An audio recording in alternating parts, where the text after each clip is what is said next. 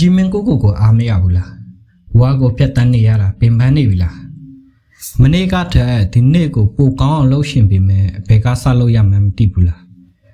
ဒီနေ့လူကြီးမင်းကိုမလောင်ဘူးမထိုးနှက်ဘူး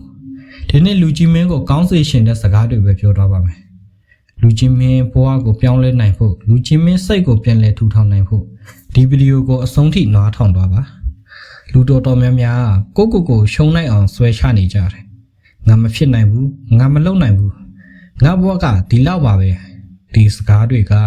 လူကြီးမင်းဗစက်ကနေထွက်လာတဲ့နေ့ကလူကြီးမင်းဘွားတကယ်ကိုအဲ့ဒီလိုဖြစ်သွားလိုက်မယ်လူကြီးမင်းတိလားလူကြီးမင်းရဲ့ဘွားကိုဖျက်ဆီးနေတဲ့တခြားသူမဟုတ်ပါဘူးလူကြီးမင်းကိုယ်နိုင်ပဲဖြစ်ပါတယ်လူကြီးမင်းဟာလူကြီးမင်းထင်ထားတာထက်ပိုတန်ဖို့ရှိပါတယ်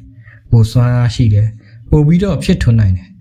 မနေ့ကလူကြီးမင်းကြရှုံသားတယ်ဆိုရင်ဒီနေ့လည်းကြရှုံရမယ်လို့မတတ်မနဲ့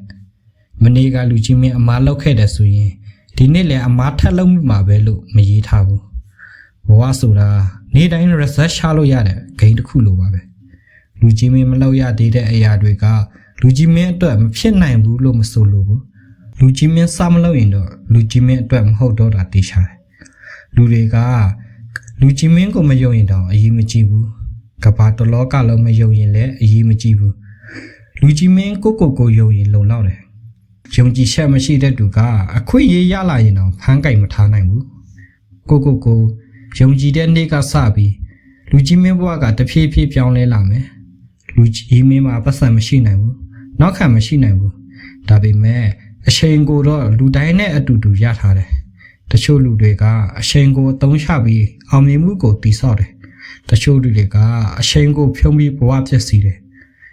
လူကြီးမင်းရွေးချယ်ရမယ်9နှစ်ကြာပြီးတဲ့နောက်လူကြီးမင်းဘဝကိုဒီနေ့လူကြီးမင်းရဲ့အလေးကျင့်တွေကဆုံးဖြတ်နေတယ်လူကြီးမင်းကိုအမြဲလောင်တဲ့သူမဖြစ်နိုင်ဘူးလို့ဆိုလိုတဲ့သူတို့နဲ့အချိန်ကြာနေရင်လူကြီးမင်းလည်းလူဖြစ်သွားလိုက်မယ်တခါတလေအောင်မြင်ရှင်ရင်တချို့လူတွေကိုဆုံးရှုံးရတတ်တယ်လူကြီးမင်းအကြီးစလုပ်ဖို့မလိုဘူးဒီနေ့တေးလေးတစ်ခုကစရင်လုံလောက်တယ်စာမျက်နှာတစ်မျက်နှာဖတ်ပါလေ့ကျင့်ခန်း9မိနစ်လောက်ပါကိုယ့်ရဲ့အိမ်မက်ကိုစာနဲ့ရေးပါတေးလေးတွေကပဲနောက်ဆုံးမှာဘဝကြီးကိုပြောင်းလဲသွားစေပါတယ်လူကြီးမင်းကိုဖျက်ဆီးနိုင်တဲ့လူကကဘာပေါ်မှာတယောက်ပဲရှိတယ်အဲ့ဒါလူကြီးမင်းကိုနိုင်ပါပဲဒီနေ့ကစပြီးကိုပြန်တိဆောက်ပါကိုဘဝကိုပြန်ရေးဆဲပါမင်းဘဝကိုပြောင်းလဲမဲ့သူကမင်းပဲဖြစ်ရမယ်ဗီဒီယိုလေးကိုအဆုံးထိနားဆင်ပေးလို့အားလုံးကိုကျေးဇူးတင်ပါတယ်ကျွန်တော်ရဲ့ channel လေးကို subscribe မလုပ်ရသေးရင်လုပ်သွားပေးပါဦးနော်